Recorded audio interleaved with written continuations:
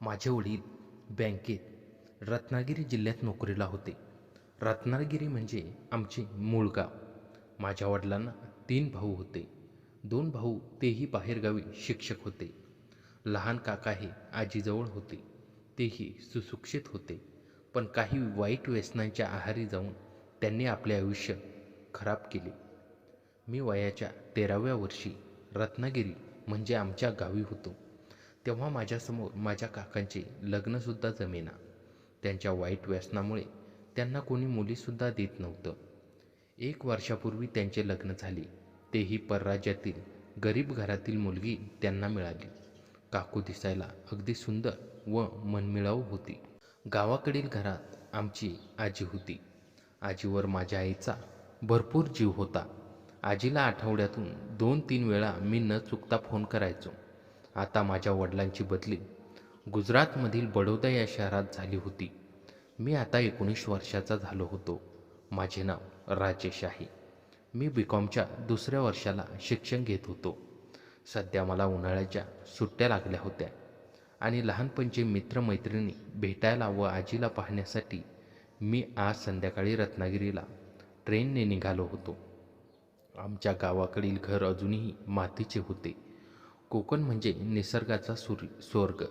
इथले छान देखावे व खाद्यपदार्थ आमच्याकडे असे की कोणीही आल्यावर कोकण सोडायची इच्छा करत नाही. साधारण 11 वाजता मी रत्नागिरी रेल्वे स्टेशनवर पोचलो.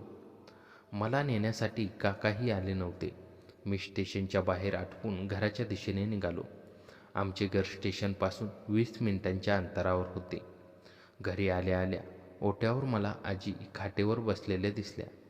मी सामान तिथेच ठेवून आजीला मिठी मारण्यासाठी धावत गेलो. काही मिनिटांनी काकू बाहेर आल्या. आजी माझ्या गालाचा पटापट मुका घेऊ लागल्या आणि म्हणाल्या, "किती दिवसांनी आला माझा छोकरा, बस माझ्याजवळ." काकूंनी माझी हालचाल विचारली. "राजेश, कसे आहात? काय काय करतोस? तुझे एक्झाम झाले का? अगदी मोठा झालास, दिसायलाही खूप हँडसम दिसतोय. हेअरस्टाईल तर जणू रॉकस्टार सारखीच केली." तेव्हा आजीने काकूंना म्हटले, "अगं वैदवी, पाणी आण त्याला." माझ्या काकूंचे नाव वैदही होते. मी काकूंची मस्करी करण्यासाठी म्हणालो, "आंटी, आपल्यालाही अजून मराठी येते का? थोडं थोडं बोलायला येतं असेल, पण मध्येच काही शब्द अडकतात. म्हणून मराठीपेक्षा हिंदीतच बोलायला बरं वाटत असेल ना?" तेव्हा काकू म्हणाल्या, "हो, आता आजीनं म्हटलं की मी तुझ्यासाठी पाणी आणते." मी म्हणालो, "आपल्याला मराठी समजते, प्रयत्न करा बोलायचा, हळूहळू शिकाल." काकूंनी माझ्यासाठी प्यायला पाणी आणले. पाणी पिऊन झाल्यावर आजी म्हणाल्या, "बरं, दमला असशील प्रवासाने, आधी तयार हो, मग थोडा आराम कर." मी बॅग घरात घेऊन शिरलो. आमच्या जुन्या घरात 2 खोल्या आणि बाजूला एक बाथरूम असा स्ट्रक्चर होता. मी तयार होण्यासाठी बॅगेतून कपडे काढून बाथरूममध्ये गेलो. आमच्या घरातील बाथरूम एका खोली एवढे होते. भरपूर दिवसांनी पाहिल्याने मलाही ते विचित्र वाटले. पण जेव्हा मी माझ्या हातातील टॉवेल त्या दोरीवर ठेवायला गेलो, तेव्हा माझे लक्ष कोपऱ्यात लटकवलेल्या कपड्यांकडे गेले. त्या ठिकाणी काकूंचे कपडे लटकलेले होते. त्यांच्याकडे पाहून मला विचित्र वाटू लागले. काकूंनी अशा गोष्टी लपून ठेवायला हव्यात. कोणी पाहुणे आल्यावर ही काय मती, असा मी मनात विचार करत होतो. काही वेळाने मी फ्रेश होऊन बाहेर आलो आणि काकूंना म्हणालो, "आंटी, अंकल दिसत नाही आहेत, कुठे गेले का?" त्यावर काकू म्हणाल्या, "गेले असतील एखाद्या मित्रासोबत, तिकडे दारूच्या ठिकाणी. लोक सकाळी दियाबत्ती देवापुढे लावतात आणि तुझे काका त्याच वेळी दारूची प्यास भागवायला जातात." मी त्यांना समजावून थकले. मी एकटाच थोडा वेळ मोबाईल घेऊन पलंगावर झोपायला गेलो आणि काकू लगेच स्वयंपाकाच्या तयारीसाठी किचनमध्ये गेल्या. काही वेळाने माझी डोकेदुखी सुरू झाली. मला काही सुचेना. जेवणाच्या वेळी काका घरी आले. आत आल्या माझ्याजवळ येऊन मला उठू लागले आणि म्हणाले, "हे उठ बेटा, तुझा काका आला आहे." काकांच्या अंगातून इतका घाणेरडा वास येत होता. काका भरपूर दारू पिऊन आले होते. त्यांच्याजवळ बोलण्याची आणि बसायची सुद्धा माझी इच्छा होत नव्हती. मी काकांना म्हणालो, "हे काय काका, अशी हालत केली स्वतःची? आपल्या तब्येतीकडे तर लक्ष द्या." तेवढ्यात किचनमधून काकूंचा आवाज आला, "अरे राजेश, हात धो." आणि तुझ्या काकांनाही बोलाव, जेवण तयार आहे, लवकर या. काका बाथरूममध्ये तोंड हातपाय धुवायला गेले. त्यानंतर आम्ही जेवायला बसलो. जेवण झाल्यावर काका पलंगावर झोपून गेले. काकांच्या तब्येतीकडे व अवस्थेकडे पाहून मला वाईट वाटले. त्यानंतर काकू आणि आजी यांनी जेवण केले. मी माझ्या मित्रांना भेटायला गल्लीत निघालो. दुपारची 1:15 वाजला होता. सर्व मित्रांना फोन करून मी गोळा केले. इतक्या वर्षांनी एकमेकांना भेटल्याचा आनंद आम्ही एकमेकांनाच व्यक्त करू शकत होतो. त्यानंतर मी थेट संध्याकाळी 8 वाजता घरी आलो. सर्वजण माझी वाट पाहत होते. काका अजूनही घरी परतले नव्हते. काका घरी येण्याची रात्रीची वेळ निश्चित नसायची. आम्ही तिघेजण जेवायला बसलो. काकूंनी साडी नेसली होती. आता काकू नवऱ्या होत्या. काकू मला भाजी वाढताना जशा खाली वाकत तशी माझे लक्ष त्यांच्या त्या ठिकाणी जाई. ते फार मस्त दिसत होते. जेव्हा पहिल्यांदा पाहिले तेव्हा माझ्या मनात काही भावना जागृत झाल्या होत्या, पण वारंवार माझे लक्ष त्याच ठिकाणी जाऊ लागले. माझ्या मनात वेगवेगळे तरंग उडू लागले. जेवण झाल्यानंतर माझ्या मनात नसतानासुद्धा काकूंबद्दल विचार फिरू लागले. काही वेळ मी आणि आजी ओटीवर बसून गप्पा मारत जुन्या आठवणी आठवू लागलो. आता रात्रीचे 2 वाजले होते. आजी ओटीवर असलेल्या पलंगावर झोपली. तेवढ्यात समोरून हळूहळू पावलांनी काका घराच्या दिशेने येत होते. त्यांच्या हातातून घर आणलं. काका परत दारूच्या नशेत होते. काकूंनी त्यांना जेवायला दिलं. 2-3 घास खाऊन तेही उठले आणि झोपायला त्यांच्या खोलीत गेले. काकूंनी घरातील सर्व अंथरून त्यांच्या खोलीत झोपायला गेल्या. मी बाहेरच्या मोकळ्या हॉलमध्ये झोपलो होतो. रात्रीचे साधारण 12 वाजले असावेत. मी अजूनही मोबाईलमध्ये गुंग होतो. काही वेळाने मला काकू व काकांची कुजबूज ऐकू आली. काकू काकांशी भांडत होत्या आणि त्यांचा रडण्याचा आवाज मला ऐकू आला. साधारण अर्ध्या तासानंतर काकांच्या बेडरूमच्या दाराचा आवाज आला. मी त्वरित माझा मोबाईल बंद करून झोपेचे नाटक करू लागलो. काकू बाथरूमच्या दिशेने जात होत्या. त्यांनी एकदा माझ्याकडे नजर टाकली. त्यांना वाटलं मी झोपला असेल म्हणून काकूंनी हॉलमध्येच आपले कपडे बदलून त्या बाथरूममध्ये गेल्या. एवढ्या रात्री त्यांनी अंघोळ केली आणि बाहेर आल्या. आधीचे कपडे घालून त्या परत आपल्या रूममध्ये गेल्या. त्यानंतर त्यांची कुजबूज शांत झाली. मी विचार करू लागलो, एवढ्या रात्री काकूंना अंघोळ करायची गरज का पडली, ते पण एवढ्या थंड पाण्याने. काकूंच्या विचारात मला कधी झोप लागली ते कळलेसुद्धा नाही. मी परत उशिरा उठलो तेव्हा पाहिले तर काकू समोर किचनमध्ये काम करत होत्या आणि बेडरूममध्ये काका नव्हते. काकूंचा चेहरा फार उतरलेला होता. काहीतरी या दोघांमध्ये रात्री घडलं असावं म्हणून काकू नाराज असाव्यात असं वाटू लागलं. मी किचनच्या दाराच्या फटीत उभा राहून काकूंना विचारू लागलो, आंटी, काल रात्री तुम्ही का रडत होत्या आणि काका आणि आपल्यात काही झगडा झाला आहे का? काकांनी तुम्हाला मारलं का? नाही राजेश, ते आमचं आपसातलं प्रॉब्लेम आहे. आम्ही दोघं मिळून ते सोडू. तू टेन्शन घेऊ नकोस, काही दिवसांनी सगळं ठीक होईल, काकू म्हणाल्या. मी तयार होण्यासाठी बाथरूममध्ये गेलो. बाथरूममध्ये जाताना कालचे चित्र माझ्या मनात येऊ लागले. काकूंची रात्रीची वेळेची आंघोळ करतानाची आठवण झाली. आता त्यांचे आंघोळीचे कपडे दिसले.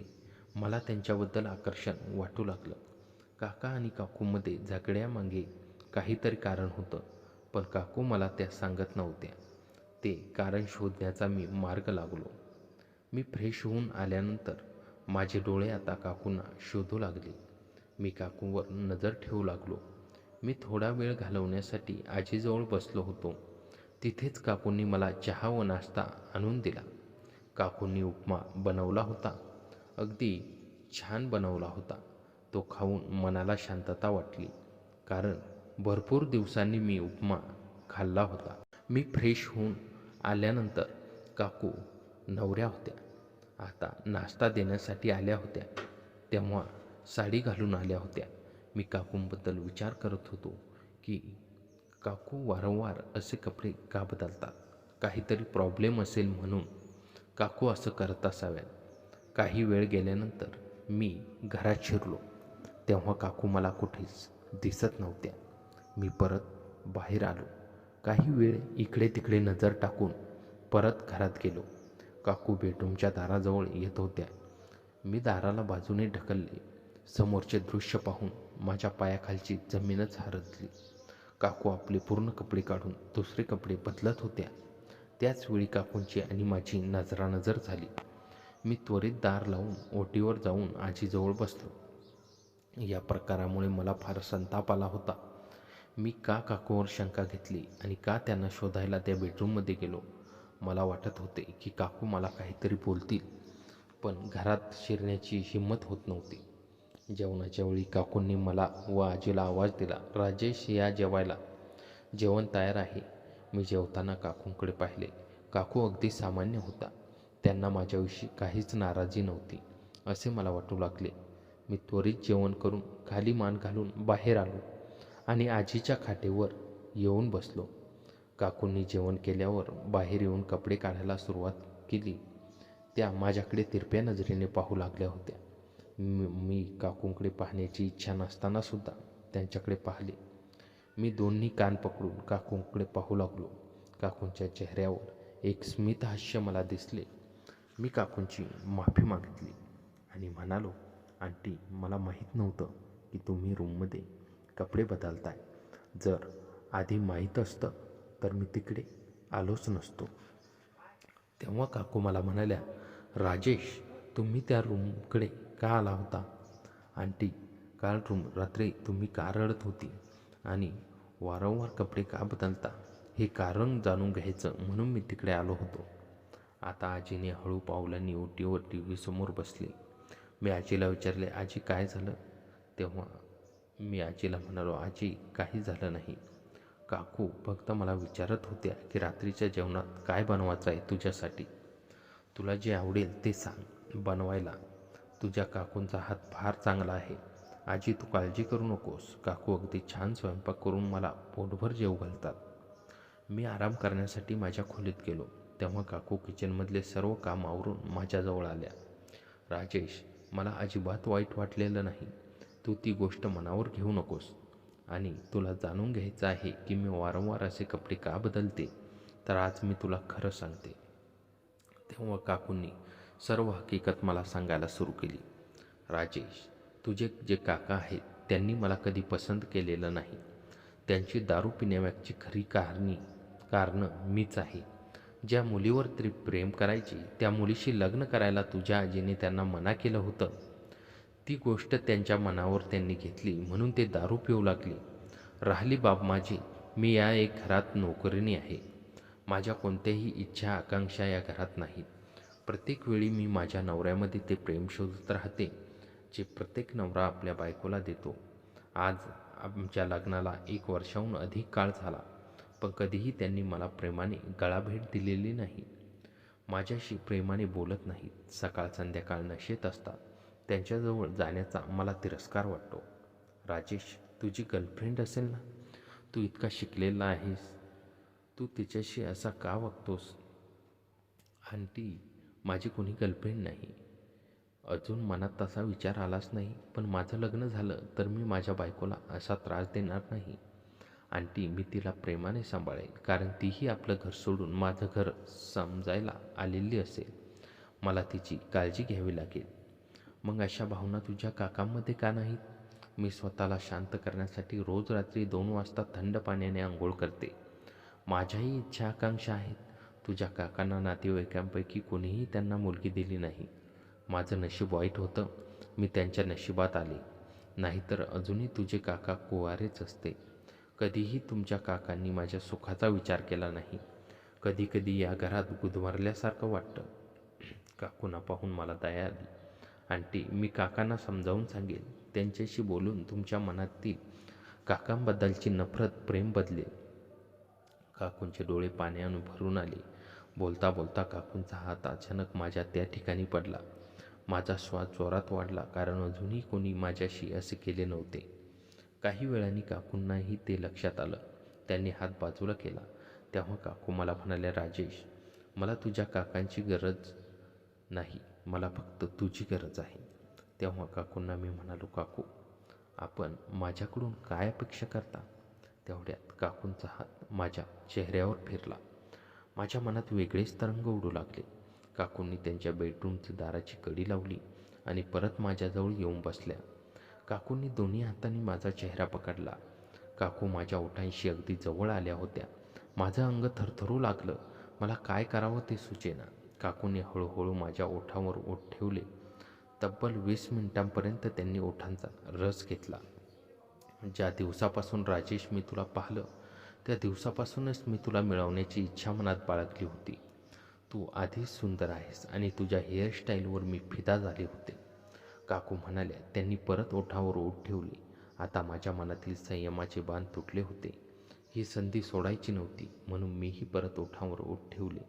आम्ही दोघांचे बाजूला ठेवून तब्बल 15 मिनिटापर्यंत भरभरून प्रेम करत राहिलो. काकूंना मला सोडायची इच्छा होत नव्हती. काकांच्या तोंडून फक्त एकच शब्द बाहेर पडत होता. इतके दिवस मी ज्या माणसाची वाट पाहत होते तो तूच होतास राजेश. आज तुझ्यामुळं मला समाधान मिळालं, काकू म्हणाल्या. काकू माझ्याजवळ संध्याकाळपर्यंत बसल्या. काकू घरात आता मन लावून काम करू लागल्या होत्या. त्यांच्या चेहऱ्यावर वेगळाच आनंद मला दिसू लागला होता. आता मीही काकूंवर भरभरून प्रेम करू लागलो होतो. रात्री काका उशिरा आले. थोडेफार जेवण करून ते झोपेत गुंग झाले. त्यांना कितीही हलवलं तरी ते उठायला तयार होत नसत. काकू त्याचा फायदा घेऊन रात्रीच्या वेळी हॉलमध्ये माझ्याजवळ येत. आम्ही एकमेकांना मिठी मारून भरभरून प्रेम करायचो.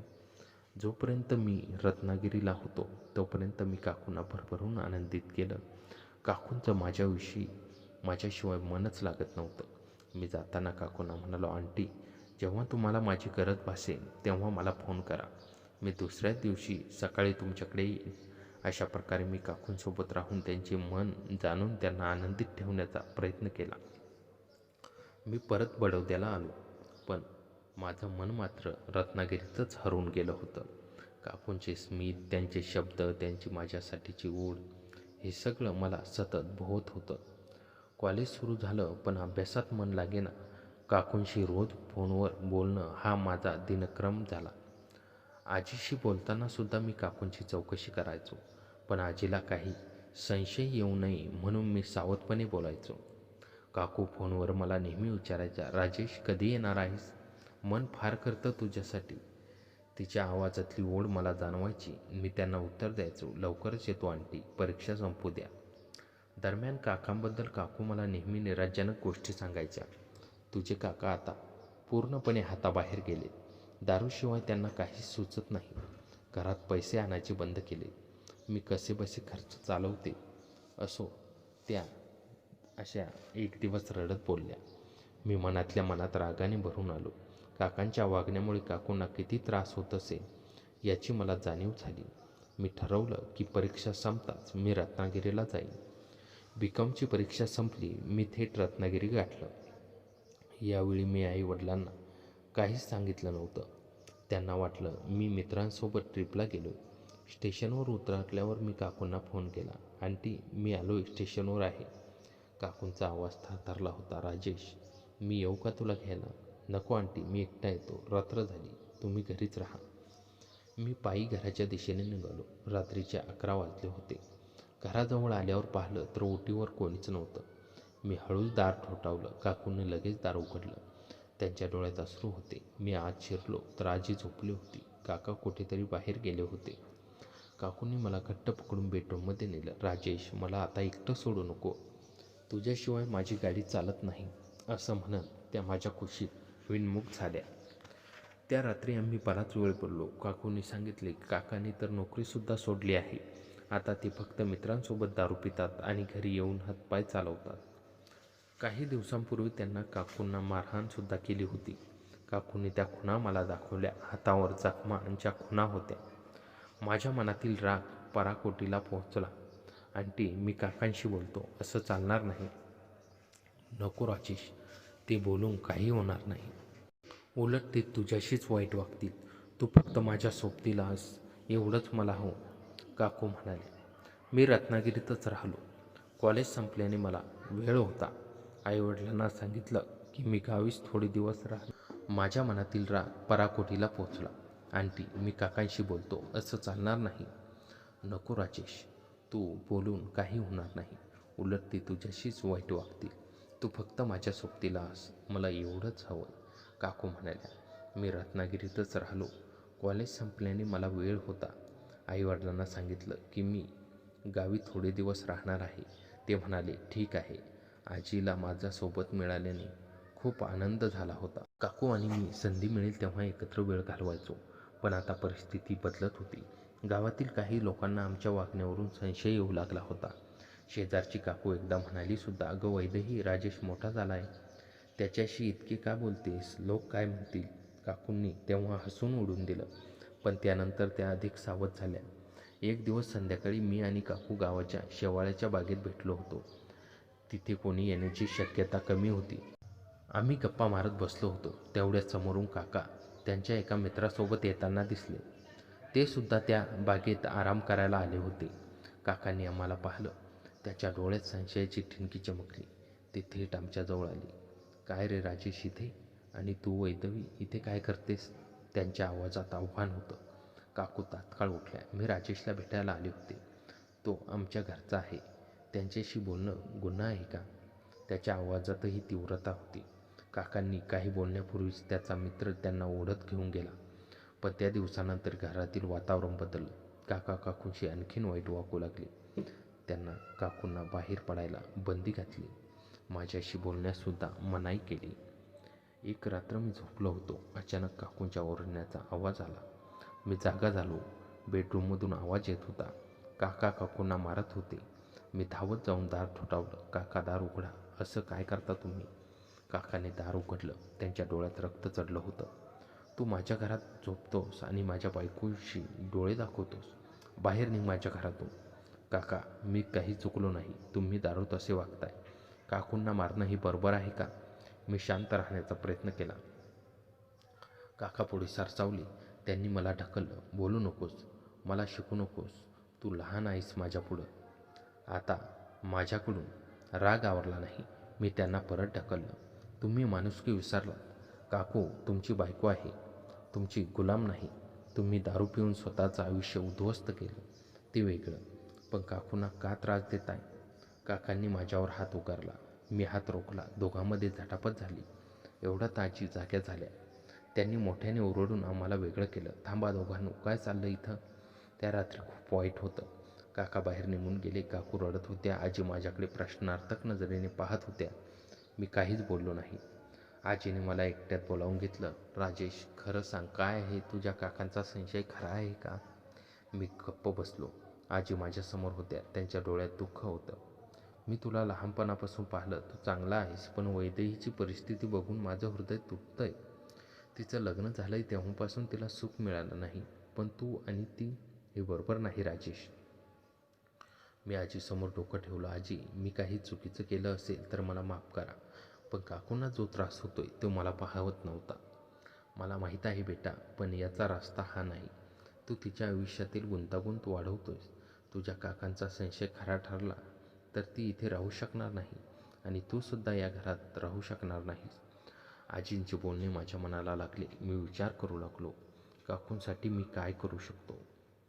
त्यांना या नात्यातून बाहेर काढण्याचा मार्ग काय? दुपारी काकू मला भेटल्या. त्यांच्या डोळ्यात अश्रू होते. राजेश, आजीने मलाही बोलून घेतलं. त्यांना सगळं कळलंय. त्या म्हणाल्या की यापुढे हे चालू देणार नाही. आंटी, मी काय करू? मला तुमची काळजी वाटते. तुम्ही इथे अशी कशी राहू शकता? काकू तुम्हाला मारतात, तुमचा अपमान करतात. मला नाही माहीत राजेश. मी गेले तर कुठे जाणार? माझ्या माहेरचे गरीब आहेत, त्यांना मी ओझं वाटेन. माझ्याकडे कुठेही जायची जागा नाही. तेव्हा माझ्या मनात एक विचार आला. आंटी, तुम्ही काकांना घटस्फोट देऊ शकता का? घटस्फोट? राजेश, तुझ्या आजीला, तुझ्या वडिलांना हे मान्य होईल का? आणि समाजात माझी किती हेटाळणी होईल. पण आंटी, हे सगळं सहन करण्यापेक्षा घटस्फोट बरा. मी तुमच्यासोबत आहे. मी तुम्हाला कधीच एकटं सोडणार नाही. काकूने माझ्याकडे पाहिलं. त्यांच्या नजरेत निर्णयाची ताकद होती. राजेश, तू माझ्यासोबत राहशील का? लग्न करशील माझ्याशी?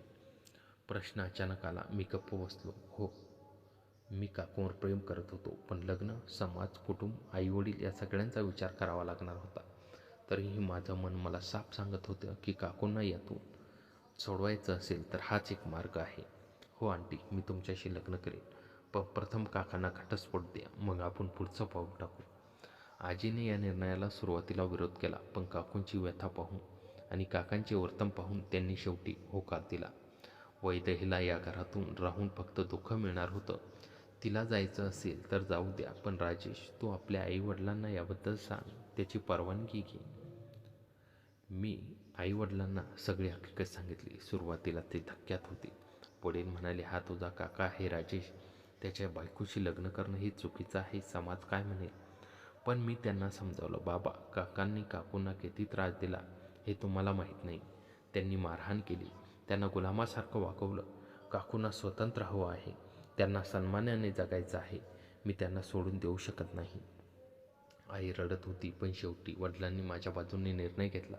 ठीक आहे, पण प्रथम घटस्फोटाची प्रक्रिया पूर्ण करा, मग उरलेला विचार करू. 6 महिन्यानंतर काकूंनी न्यायालयात घटस्फोटासाठी अर्ज दाखल केला. काकांनी सुरुवातीला विरोध केला, पण त्यांच्याकडे काकूविरुद्ध काहीच पुरावे नव्हते. उलट मारहाणीचे पुरावे, दारूचे व्यसन यामुळे न्यायालयात काकूंच्या बाजूने निर्णय दिला. काकूंना घटस्फोट मंजूर झाला. त्यानंतर एका वर्षाने मी आणि काकू, आता वैदेही, यांनी नोंदणी पद्धतीने लग्न केले. आम्ही बडोद्याजवळ एका छोट्या शहरात राहायला सुरुवात केली. मी नोकरीला लागलो. वैदेही यांनाही शिकवण कामाचा छोटा व्यवसाय सुरू केला. आजी आमच्याकडे येऊन कधीकधी महिनाभर राहून जात. त्या म्हणायच्या, देवाने वैदेहीच्या नशिबात राजेश लिहिला होता, याच्या दुःखाचा शेवट तूच केलास बेटा. आमच्या लग्नाला समाजाचा विरोध होता, पण हळूहळू सगळं सामान्य झालं. काका आजही दारूतच दिवस काढतायत. ते आता एकटे राहतात, त्यांच्याशी कोणी संपर्क ठेवत नाही. वैदेही आता खूप आनंदात आहे. ती म्हणते, राजेश, तू माझ्या आयुष्यात आलास म्हणून मी पुन्हा जगायला शिकले. तू खरंच माझा राजकुमार आहेस. लग्नाला 2 वर्षे उलटून गेली. राजेश आणि वैदेही यांचे छोटेखानी घर बडोद्यापासून साधारण 15 किलोमीटर असलेल्या एका शांत वसाहतीत होते. सकाळी राजेश खाजगी कंपनीत नोकरीला जात असे, तर वैदेही शिवणकामाच्या 2 शिलाई मशीनवर छोटा व्यवसाय सुरू करू लागल्या होत्या. हळूहळू त्यांच्या कामाची नावाजू होऊ लागली. शेजारपाजारच्या बायका वैदेहीकडे कपडे शिवायला येऊ लागल्या. पण समाजातील नजर अजूनही काहीशी वेगळी होती. ही तर सून होती त्या घरची, आता त्याच घराच्या पुतण्यासोबत राहते, अशा कुजबुजी कानावर पडत वैदेही त्यांच्याकडे दुर्लक्ष करायची. पण राजेशच्या मनात कधीकधी खूपत असे. आजी सरस्वती वर्षातून 2-3 वेळा येऊन महिनाभर राहून जात. त्यांच्या येण्याने घर खचाखच भरून जाई. आजी म्हणायच्या, काय रे राजेश, वैदेहीच्या हातचा उपमा खायला मी अजूनही तरसते. गावाकडे तेच तेच पदार्थ करून कंटाळा आलाय. वैदेही लगेच आजीसाठी खास कोकणी पदार्थ बनवायची. एके दिवशी राजेशचे वडील मनोहर आणि आई अचानक बडोद्याला आले. राजेशला वाटले ते भेटायला आले असतील, पण त्यांच्या चेहऱ्यावर काहीतरी गंभीरता होती. रात्री जेवणानंतर वडिलांनी राजेशला बाजूला घेऊन बोलावले. राजेश, तुझा काका प्रकाश यांनी आता दारू सोडली आहे. त्यांना नोकरी मिळाली आहे. एखाद्या खाजगी कंपनीत सेल्समॅन म्हणून काम करतात. पण त्यांची तब्येत खालावलेली आहे. अलीकडे त्यांनी आजीकडे येऊन सांगितलं की त्यांना आपल्या चुकाची जाणीव झाली आहे. त्यांना वैदेहीशी एकदा बोलायचं आहे, माफी मागायची आहे. राजेशचा चेहरा पांढरा पडला. बाबा, त्यांना काकूंना मारलं, त्यांचा अपमान केला, आता ते बरे झाले म्हणून भूतकाळ विसरून जायचं? वैदेही आता माझी पत्नी आहे. त्यांना तिच्याशी बोलण्याचा काही अधिकार नाही. बेटा, मी सांगतोय इतकंच की त्यांची मनस्थिती बदलली. तो आणि वैदेही यांनी निर्णय घ्यावा. कोणी जबरदस्ती करत नाही. रात्री राजेशने ही गोष्ट वैदेहीला सांगितली. वैदेही काही वेळ गप्प राहिली. मग म्हणाली, राजेश, मला त्यांच्याशी बोलायचं नाही. मी त्यांच्या नावाचा तिरस्कार करते. पण आजीला दुखवायचं नाही. आजीने मला नेहमी आधार दिला. जर आजीला वाटत असेल की त्यांना खरोखर सुधारणा केली तर मी एकदा त्यांना भेटेन, पण तुझ्यासोबत, आणि केवळ एकदाच. काही दिवसांनी प्रकाश काका आजीबरोबर बडोद्याला आले. त्यांना पाहिल्यावर राजेशच्या मनात राग आला. प्रकाश काकांचा चेहरा कोलमडला होता. डोळ्याखाली वर्तुळे थरथरत होते. दारूने त्यांचे शरीर जीर्ण केले होते. वैदेही त्यांच्यासमोर आली. तिने डोळ्यात पाणी आणले नाही, पण ओठ घट्ट केले. प्रकाश काका त्यांच्या पाया पडले. वैदेही, माझी चूक झाली. तुझ्यासोबत मी जे केलं ते कधीही भरून निघणार नाही. मला माफ कर. मी वेडा झालो होतो. दारूच्या नशेत मी माणूस पण विसरलो. वैदही स्थिर राहिली. काका, तुम्ही माझ्याशी गुलामासारखे वागले, मारहाण केली. मी रात्री उशिरा थंड पाण्याने आंघोळ करून आपली शांतता राखायची. तुम्हाला कळलं का कधी? माझ्या आयुष्यातील सर्वात वाईट दिवस मी तुमच्यासोबत घालवले. पण आता मी नव्याने जगते राजेशमुळे. त्याने मला माणूस म्हणून जगायला शिकवलं. मला माहीत आहे, मी फक्त माफी मागायला आलो आहे. तुझ्याकडे काही अपेक्षा नाहीत. फक्त हे सांगायचं होतं की मी आता शुद्धीवर आलो. आजीला खूप त्रास दिला, तिलाही माफ करायला सांग. आजी हळव्या होऊन म्हणाल्या, प्रकाश, आता जगणं शिक. उरलेलं आयुष्य चांगलं जग. वैदहीच्या सुखात कधी अडथळा आणू नकोस. त्या भेटीतून वैदहीच्या मनातील काहीशी ओझे उतरले. राजेशला तरी दृश्य पाहून वाईट वाटले, पण त्याचवेळी हलकेही वाटले. कारण आता काका त्यांच्या आयुष्यात पुन्हा येणार नव्हते आणि वैदहीच्या मनातील तो भागही शांत झाला. 3 वर्षानंतर राजेश आणि वैदही यांना एका मुलीने घरात पाऊल ठेवलं. तिचं नाव ठेवलं सरस्वती. आजीच्या नावावरून. आजीला ही बातमी कळताच त्या धावत आल्या. माझं नाव माझ्या नातीला का दिलं? तिला मोठं करून माझ्यासारखी हुशार करा, असं म्हणत आजीने लाडात नातीसुद्धा उचलून घेतले. सरस्वती ही लहानशी अगदी राजेशसारखी दिसायची. वैदही म्हणायची, हिच्याकडे पाहिलं की राजेशचा चेहरा दिसतो. राजेश हसून म्हणायचा, पण हिची हट्टी वृत्ती तुझ्याकडे गेली. अशा गोष्टींनी घर हास्याने भरून जाई. राजेशच्या आईवडिलांचा नातवावर जीव असे.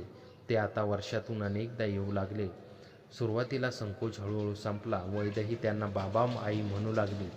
मनोहर वडील एकदा म्हणाले, आता आम्हाला 2 सुना आहेत. एक ही आणि दुसरी तिच्याच घरातली, आणि या सुनेने आमच्यावर खूप प्रेम केलंय. 5 वर्षांनंतर सरस्वती शाळेत जाऊ लागली. तिला गणिताची खूप आवड. राजेश म्हणायचा, ही माझ्याकडे गेली.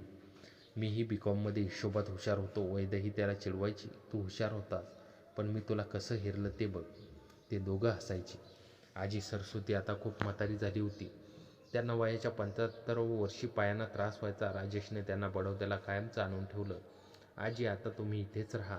सरस्वतीला तुमच्या गोष्टी हव्यात आणि मला तुमचे हातचे लाड हवे. आजी म्हणाल्या, मी तुझ्या काकांची काळजी कशी करणार? तो एकटाच राहतो. आजी, काका आता स्वतःच्या पायावर उभे आहेत. त्यांना आमच्याशी फोनवर नातं ठेवलंय. इतकं पुरेसं आहे. तुम्ही आता आमच्याकडे राहा. आजी रमेशकडे राहायला गेले. सरस्वती आजीच्या कुशीत बसून जुन्या कथा ऐकत असे. वैदही आजीची पूर्ण काळजी घ्यायची.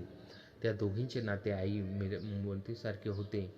एके दिवशी संध्याकाळी राजेश ऑफिसमधून घरी आला तेव्हा त्यानं पाहिलं, वैदही वर्तमानपत्र वाचत बसली होती. तिने डोळे वटारले. राजेश, गावाकडे तुझ्या काकांची निवड झाली ग्रामपंचायत सदस्य म्हणून. काय? प्रकाश काका? ते का? लोकांना वाटतंय त्यांनी आता पूर्णपणे सुधारणा केली. दारूबंदीच्या कामात ते सक्रिय आहे. गावात त्यांच्याबद्दल चांगले बोलतात. राजेशला हे ऐकून आश्चर्य वाटले. मनातल्या मनात त्याला थोडा अभिमानही वाटला. तो म्हणाला, बघ, माणूस बदलू शकतो, त्याला संधी मिळाली तर. वैदही म्हणाली, हो, पण त्या भूतकाळात मला जायचं नाही. आपलं आयुष्य आपण जगतो हेच महत्त्वाचं. सरस्वती 7 वर्षाची झाली तेव्हा आजी सरस्वती यांनी शांतपणे अखेरचा श्वास घेतला. त्यांच्या मृत्यूने घरात पोकळी निर्माण झाली. सरस्वती मात्र आजीच्या आठवणीने रडत बसली. राजेश आणि वैदही दोन्हीही गप्प बसले होते.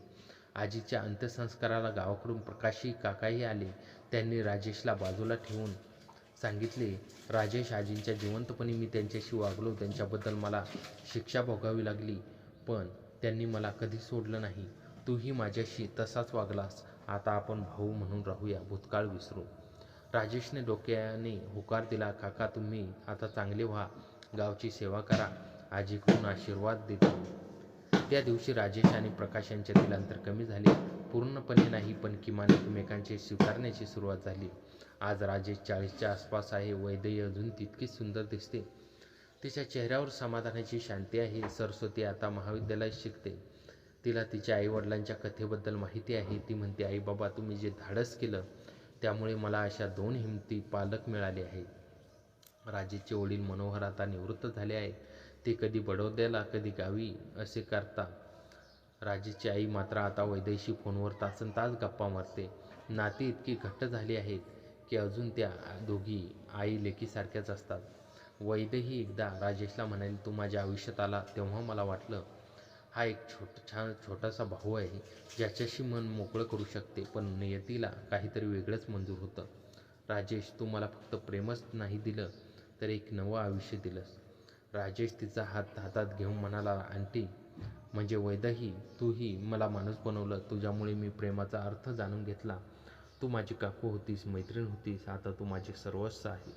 दोघंही हसले. बाल्कनीत बसून सूर्यास्त पाहताना त्यांना जाणवलं की आयुष्यात खरं सुख म्हणजे समोरच्या व्यक्तीला समजून घेणं, तिच्या दुःखात सोबत देणं आणि एकमेकांसाठी उभं राहणं. तर मित्रांनो, कथा कशी वाटली कमेंटमध्ये नक्की कळवा आणि चॅनलवर नवीन असाल तर आता सबस्क्राईब करा.